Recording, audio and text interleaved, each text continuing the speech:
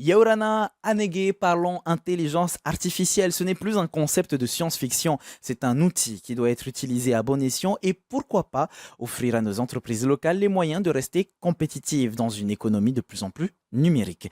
Pour nous en parler aujourd'hui, on reçoit Anthony Ginter qui est spécialiste en IA et membre du bureau de l'Open, l'organisation des professionnels de l'économie numérique en Polynésie, Yarana, Yorano? et Tapu AA qui est gérant d'une pension de famille Yarana. Yaranali. Explorons ensemble comment la technologie peut devenir le meilleur allié de nos entrepreneurs polynésiens. C'est dans Manava, votre émission InfoService.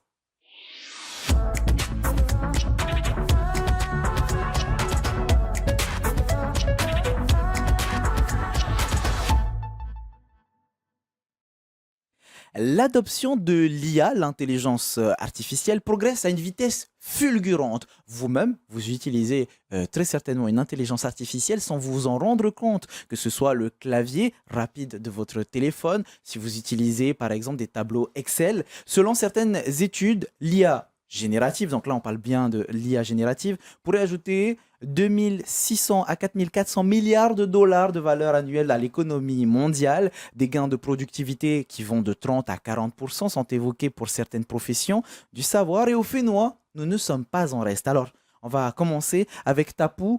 Une IA pour un commerçant, un entrepreneur local, c'est un outil qui peut être non négligeable. Tout à fait, hein, ça c'est une vérité absolue. Mhm. Et d'ailleurs, dans la vie de tous les jours, on l'utilise déjà un peu, hein, l'IA. Pour revenir sur ce que tu disais, déjà toi tu prépares des textes en amont via l'IA. Et ben, j'en suis sûr qu'aujourd'hui tu as des commerçants qui l'utilisent déjà. Moi j'ai essayé déjà nos bilans, enfin un bilan comptable. Tu peux déjà le mettre sur Gemini ou ChatGPT et puis demander tout ce qui ne va pas. Ben, il va te citer exactement comme un expert pourrait le faire, sauf que ça coûte 0 francs Pacifique et puis c'est quasiment instantané. Donc on a tout à gagner. Ensuite, comme Anthony le disait, tu as différentes façons d'aborder la chose. Moi, je parle en tant que gérant de pension de famille, c'est-à-dire que je ne travaille que sur la couche applicative. Ce sont des outils accessibles à tous les Polynésiens, même, enfin pas que les Polynésiens, à tout le monde. Si tu regardes un peu YouTube, tu es capable d'utiliser ces outils simples.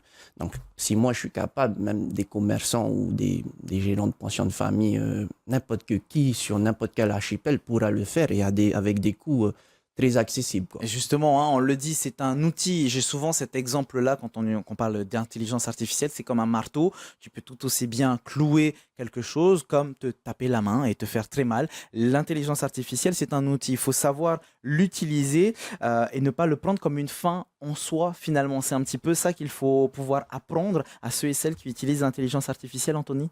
Oui, absolument. L'intelligence artificielle, c'est un petit peu ce qu'Internet était dans les années 2000, comme la calculatrice. Quand la calculatrice est arrivée, on s'est dit, ah, les comptables n'auront plus de travail. Je crois qu'on a énormément de comptables encore. Ils font peut-être plus les calculs à la main. Exact. Ils ont beaucoup d'autres choses à faire. Et effectivement, tu as raison de dire que l'intelligence artificielle, c'est un outil. C'est quelque chose qui nous aide. C'est quelque chose qui nous apporte ce qu'on avait soit pas le temps de faire, soit qu'on savait pas faire. Donc, s'en servir, c'est inévitable. Aujourd'hui, tout le monde l'utilise, parle même à une IA. On pourra parler des travers, mais c'est surtout un outil fantastique. Et moi, je trouve que l'exemple là qu'on a d'une pension de famille qui fédère d'autres pensions de famille pour gérer des réservations, il reviendra dessus. Il n'est pas ingénieur. Par contre, il a décidé de se former. Et dans ce sujet, tout le monde peut avoir accès à l'IA. Je suis très content qu'on ait une TPE, parce qu'on parle de l'IA souvent que pour les grandes entreprises. Exactement. Alors C'est que pas finalement, c'est réservé. accessible à tous. Absolument. Et ça, faut le retenir. Et c'est comme ça que le territoire se sortira encore mieux avec une IA que sans. Et justement, ça fait partie de la prochaine question. Tu y as déjà un petit peu répondu, ou en tout cas en partie. C'était de savoir quel est le niveau actuel des entreprises polynésiennes face à ces outils. Est-ce qu'on est plutôt à la ramasse ou est-ce que, un petit peu à l'image de Tapuari, à savoir qu'il n'est certes pas ingénieur, mais ingénieux, c'est un petit peu dans ce sens qu'il faut partir? Ouais, absolument. En fait, où en sont les entreprises? C'est une bonne question. Évidemment, comme pour toute nouvelle technologie, les grandes entreprises ont été celles qui s'y sont intéressées le plus vite parce qu'ils ont des ingénieurs ou des managers qui s'y sont intéressés très tôt. Maintenant, ça m'étonnerait que une PME encore en Polynésie ne soit pas encore allée sur ChatGPT à minima. Donc tout le monde a utilisé l'IA, tout le monde l'utilise, il y a beaucoup d'usages possibles. On n'est pas en retard. Et du coup, oui, il y a beaucoup de potentiel grâce à cette IA. Beaucoup d'usages très simples, des fois plus compliqués, mais beaucoup d'entreprises, de grandes entreprises s'y sont mis. Beaucoup de PME, je pense que 95% des PME l'utilisent aujourd'hui. C'est pas une mode en fait, hein. C'est pas une tendance, c'est un mouvement de fond. Ça ne repartira pas en arrière comme Internet. C'est exactement la même chose. Alors justement, tu as cité une chose, à savoir ChatGPT. Tout le monde a déjà utilisé au moins une fois ChatGPT, ne serait-ce que pour essayer. Tapou, donc l'IA ne se résume que à ChatGPT? Bien sûr que la réponse est non, mais est-ce que tu peux nous en parler? Il existe des outils plus spécifiques en fonction de ce que l'on a envie. Déjà, pour rebondir sur ce qu'Anthony dit, pour moi, l'évolution ou l'adoption de l'IA viendra avant tout des TPE et des PME rapidement. Tu sais pourquoi, Harry? Parce qu'on n'a pas le choix, nous. On n'a pas des employés qui peuvent tourner, par exemple, en petite hôtellerie. Hein, je parle de mon cas à chaque fois. C'est que tu ne peux pas te permettre, comme un grand hôtel, d'avoir du staff. Ça coûte trop cher pour répondre au téléphone. Du coup, moi, je l'ai fait parce que je n'ai pas le choix.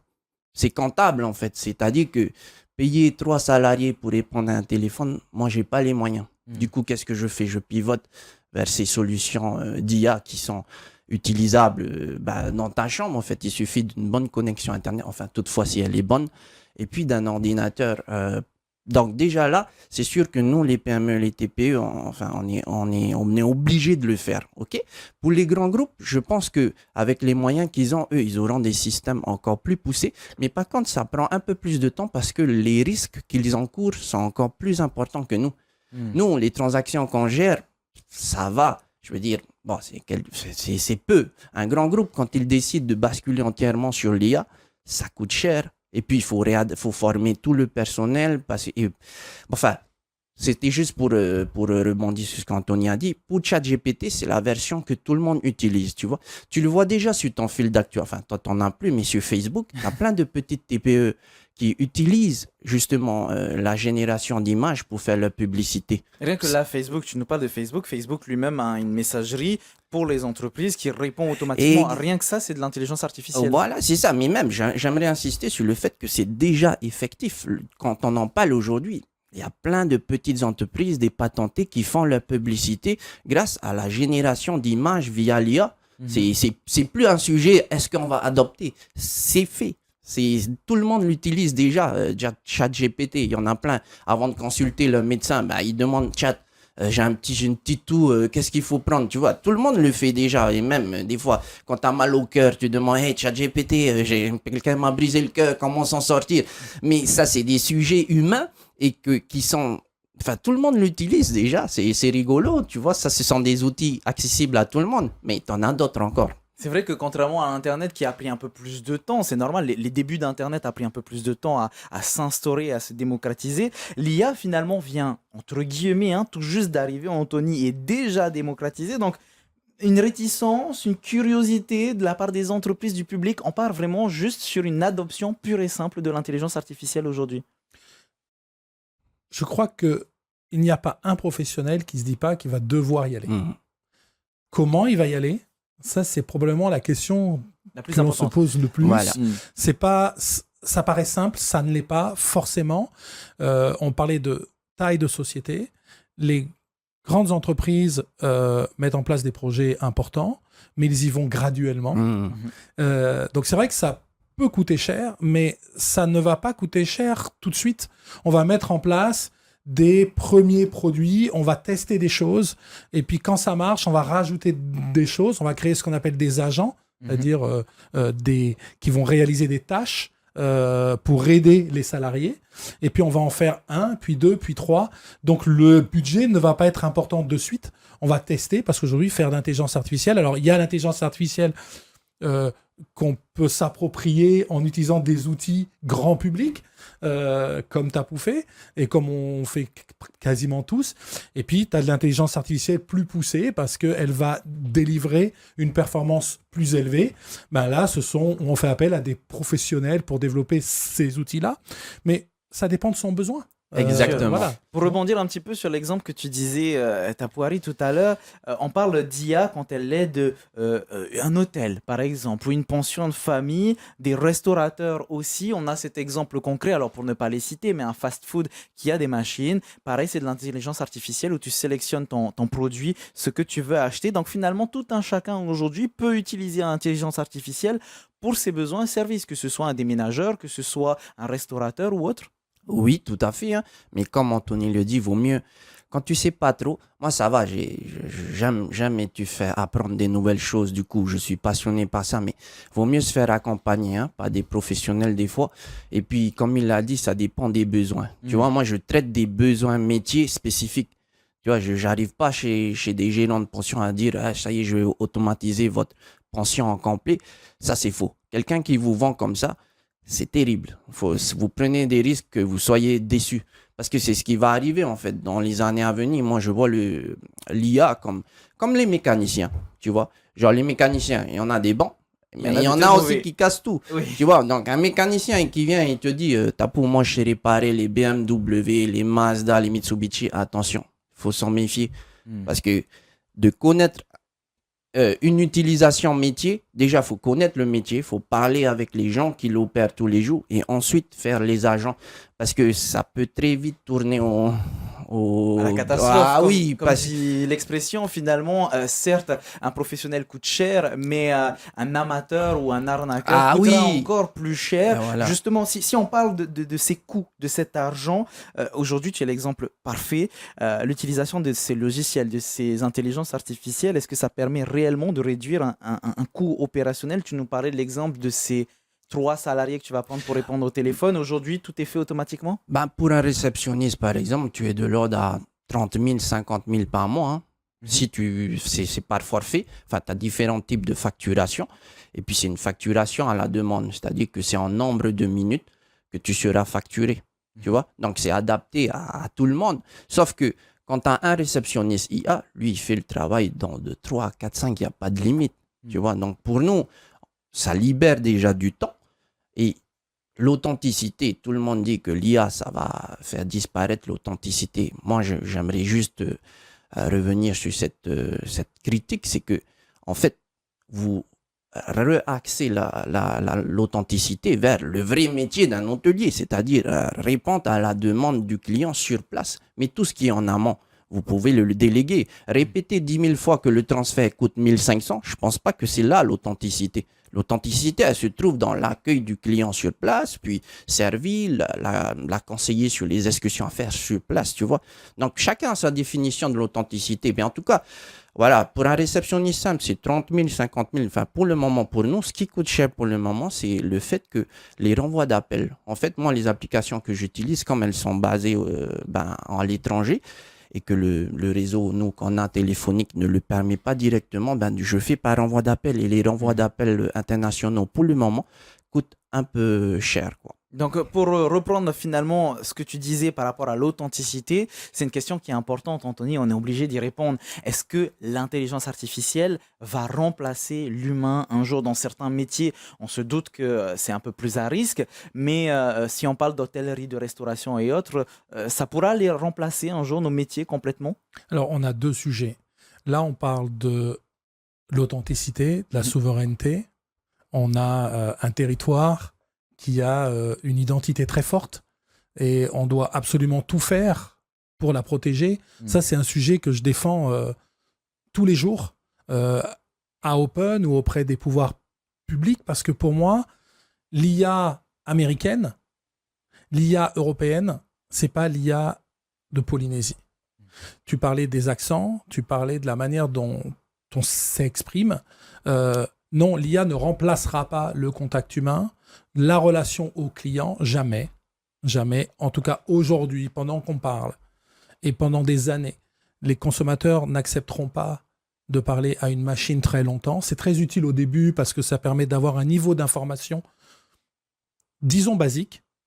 Pourquoi pas? Et puis dès qu'on veut quelque chose de plus personnalisé, plus intéressant, il faut qu'on parle avec quelqu'un. On revient sur ce qu'on disait tout à l'heure, c'est-à-dire que ce n'est pas une fin en soi. Non, absolument, c'est un outil. C'est un outil qu'on place là où ça peut être utile. Mais je veux revenir sur la souveraineté. l'IA, tu disais tout à l'heure, ça arrive très vite, on en parle, c'est vrai qu'on l'utilise tous.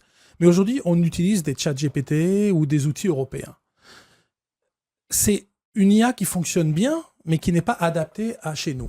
Et à chaque fois qu'on lui parle, qu'on envoie des documents, on enrichit des systèmes américains. Pourquoi on n'enrichirait pas une IA qui est la nôtre? Oui. On est à un moment charnière. Tu parlais de en avance ou en retard. On n'est ni en avance ni en retard. On est au bon moment. Et si on s'y met tous, parce que c'est une responsabilité globale et politique, et de chacun des citoyens et des entreprises, de dire on peut ne pas rater le train. Le train, il est là. À nous de voir si on veut y rentrer si ou pas. on veut y aller. Et aujourd'hui, la technologie nous permet d'avoir des moteurs d'IA comme des chats GPT embarqués chez nous, où les données ne quittent pas le territoire. Alors justement, parlons de ces contraires, parce que les données, on pourrait en faire une émission entière. Hein, bien sûr. Parce que, on le sait, il faut quand même qu'il y ait certains aspects sécuritaires, mais j'allais parler de ces contraintes. Tapo, est-ce qu'il n'y a pas de contraintes? Déjà, tu nous dis qu'en termes de temps, ça t'allège du temps, ça t'allège un coût, mais il n'y a pas des contraintes, que ce soit lié à la technologie qu'il faut avoir, que ce soit lié à la connexion Internet. Il faut quand même se rendre compte, ici, hein, en Polynésie, on a quand même une connexion Internet, surtout dans les îles, qui est potable, on va dire, mais est-ce qu'il n'y a pas de contraintes sur ces points-là? Bien sûr que si, une bonne connexion Internet, c'est la base. Bon, après, je vais revenir aussi sur un sujet dont tout le monde parle tous les jours, c'est Starlink, quoi. Moi, je ne vais pas vous cacher, c'est qu'on n'a pas le choix. Hein? Enfin, je sais que tu m'as dit de ne pas citer de nom, mais ça va être un autre sujet, et puis si Mouetaï me regarde, moi je dis, Mouetaï, voilà quoi. En tout cas, voilà, cette idée-là, ça va être sur un autre sujet, pourquoi pas, ici sur l'émission Manava, mais en tout cas, pour rester sur la connexion Internet, ça peut faire partie des contraintes qu'il peut y avoir ici sur Tahiti pour l'instant. Internet et même téléphonique, pas seulement Internet, quand vous faites appel à des agents de réceptionnistes, il faut absolument les connecter au système international. Pour le moment, on n'est pas encore souverain comme Anthony veut le faire. Moi, je pense que ça demande des moyens considérables de le faire. Tout simplement, regarde, à l'heure actuelle, on a très peu de data centers ici. Alors, justement, imaginons que des personnes nous écoutent aujourd'hui, des entrepreneurs, puisqu'aujourd'hui, on est vraiment focus sur les entreprises, le fait que ça peut permettre de gagner du temps, que ça peut éviter de prendre trop d'argent aussi. Finalement, Anthony, comment est-ce qu'on se forme aujourd'hui pour maîtriser l'intelligence artificielle? Combien de temps ça prend pour se former? Et comment se former? Où se former? Alors, il y a plusieurs niveaux de formation. Je pense que tous les citoyens doivent se former à l'usage. On se forme un peu sur le tas, on se dit « je comprends ». Non, en fait, il y a des formations sur le territoire aujourd'hui, accessibles, pas chères, voire gratuites pour certaines, qui permettent de découvrir les outils qui existent. Et je pense qu'on devrait tous le faire, parce qu'on utiliserait beaucoup mieux cet outil que ce qu'on fait. Et je trouve que la Polynésie met des choses en place. Il faudrait que le gouvernement fasse un petit peu plus, parce que nos jeunes, mais nos anciens aussi, ont besoin d'être accompagnés. Quand le téléphone portable est arrivé, nos anciens ont paniqué. Aujourd'hui, 10 ans, 15 ans après, ils l'utilisent, ça a pris du temps. Aujourd'hui, tout va très très vite. Comme Tapu disait, lui, il a besoin de moyens immédiats. Donc, ça va vite. Donc, il faut que chacun, on se forme en tant que citoyen. Les salariés des entreprises doivent se renseigner sur ce qui existe, aller voir leur manager et dire il y a des choses qui existent. Qu'est-ce qu'on pourrait mettre en place dans l'entreprise pour qu'on fasse mieux les choses, qu'on aille plus vite et que certaines tâches qui nous prennent du temps, pas très funky, pas amusantes, on puisse les faire faire par une machine. Et puis le manager, c'est celui qui va, lui, réfléchir à un projet et puis mettre en place petit à petit les outils. Le dernier niveau de formation, c'est les jeunes et moins jeunes qui veulent se former et devenir des codeurs. Alors, tu as différents niveaux pour faire de l'intelligence artificielle. Tu as Tapu qui apprend seul, et c'est très bien. Il peut aussi prendre des cours de temps en temps, mais ce qu'il va faire, ça va marcher. Et puis, il y a celui qui dit, moi, je voudrais offrir mes services à des entreprises du territoire, mais pas que du territoire. Et pour ça, l'intelligence artificielle, c'est merveilleux. On peut coder, développer des services IA pour des entreprises du monde entier, pour nos entreprises, mais pour des entreprises européennes et américaines et asiatiques. Et ça, c'est pour le territoire. Je crois qu'on a rarement une opportunité qui croise un destin de manière aussi évidente. Utilisons cette IA. C'est un outil formidable pour l'emploi. Ça va créer des opportunités partout. Donc la formation dont tu parles est fondamentale et à tous les niveaux. Il faut qu'on se renseigne, au moins s'informer. Il y a former dedans, mais si on n'a pas envie de passer des jours, au moins s'informer, participer à des webinaires, des podcasts, écouter, lire, etc. Et justement, on va terminer notre émission comme d'habitude sur un site et votre question express. Mais avant, le rappel, l'intelligence artificielle, c'est un formidable outil. Utilisé comme il faut, il aide. Utilisé n'importe comment, il détruit. À vous de choisir comment vous positionner pour la suite. On termine avec vos questions express. C'est tout de suite en images. Bonjour, Yorana. Je m'appelle Ralph Franceschi et je suis venu ici pour partager notre expérience et notre regard sur l'intelligence artificielle. Alors déjà, l'IA, pour moi, ce n'est plus une option. C'est un mouvement incontournable.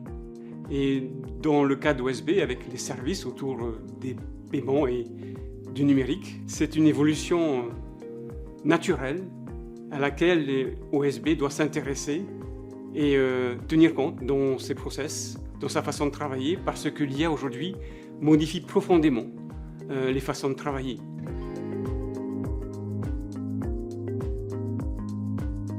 Alors aujourd'hui, concrètement, l'IA a pour objectif un double objectif. C'est d'abord d'automatiser les processus et également de pouvoir gagner en efficacité. Concrètement, l'IA aujourd'hui nous permet de faire des recherches, nous permet de rédiger ou faire des propositions de rédaction de documents et de mise en forme, notamment quand c'est des documents assez importants à étudier, tels que les documents techniques, les documents juridiques. L'IA nous permet également de pouvoir optimiser des processus. Et dans le cas spécifique des flux financiers, nous faisons aujourd'hui, en tout cas nous sommes en train de développer des solutions pour faire de l'analyse prédictive et de l'analyse pour étudier les mouvements frauduleux éventuels qu'il y aurait sur les flux financiers. Alors pour illustrer un peu plus, l'analyse prédictive, c'est par exemple de rechercher dans les mouvements financiers s'il n'y a pas des mouvements ou des points d'attention particuliers tels que, un exemple concret, un TPE qui ne fonctionne pas, ou l'inverse, un TPE qui fonctionne par exemple, et puis on s'aperçoit qu'on ne reçoit aucun mouvement. On dit tiens, c'est pas normal que le TPE soit actif et qu'il n'y ait aucun flux financier qui nous arrive. Ça peut être à l'origine des problèmes techniques ou autres, mais en tous les cas, cette analyse prédictive nous permet d'être beaucoup plus réactifs et beaucoup plus à l'écoute des fonctionnements et d'anticiper les problèmes éventuels et les anomalies éventuelles. Il y a des clés qui sont essentielles, qu'il faut avoir à l'esprit. La première clé, c'est la sécurité. Je l'ai dit, je le répète, la sécurité est essentielle. La deuxième, c'est la confidentialité. S'assurer qu'on travaille en toute confidentialité. Il y a souvent une distinction entre les données d'ordre interne et les données d'ordre public. On ne gère pas ces informations de la même façon. On ne va pas faire appel à un agent IA de la même façon si on traite des données internes des agents publics. On peut faire appel, par exemple, à ChatGPT facilement si on ne traite que des données d'ordre public. Mais dès lors qu'on s'attaque à des données internes, comme les flux financiers ou autre chose, il faut s'assurer que l'information reste dans la société par plusieurs moyens. Ça peut être souvent via des clouds souverains, ça peut être en anonymisant les données ou en développant des IA qui restent au sein de la société. Et il faut aussi, dans l'IA, avoir un regard par rapport aux usagers. Donc avoir une démarche qui permette, en tous les cas, de protéger les usagers internes, parce qu'on s'expose très vite au monde extérieur et ça peut très vite déraper. Donc il faut avoir tous ces éléments en tête: sécurité, confidentialité, protection des collaborateurs. Ça me semble indispensable avant de pouvoir se lancer tout azimut sur l'IA. Pour terminer votre émission, quoi de mieux que le site de l'Open pour vous aider? Justement, l'Open, c'est simple, www.open.pf, c'est l'organisation des professionnels de l'économie numérique. Pour suivre l'actualité du numérique en Polynésie, vous y trouverez des thématiques d'ateliers comme l'initiation au service à distance, la visibilité sur les réseaux sociaux, la création de sites web, l'initiation à la cybersécurité. On a un peu parlé de tout ça finalement aujourd'hui, ou encore la dématérialisation. Et si on cherche bien, peut-être que dans les semaines, jours à venir, mois à venir, je suis sûr qu'ils pourront nous renseigner sur l'intelligence artificielle si ce n'est pas déjà le cas. D'ailleurs, merci aujourd'hui d'être venu, Anthony, pour nous parler de l'intelligence artificielle. Merci à toi. Et merci beaucoup, Tapo, pour ton témoignage qui était important pour nous aujourd'hui. Je vous dis merci, moi. Merci à vous de nous avoir suivis. On se retrouve très bientôt pour une nouvelle émission. En attendant, bonne soirée sur TNTV. Maururu Itotato Farera Trahoma Parhen 1.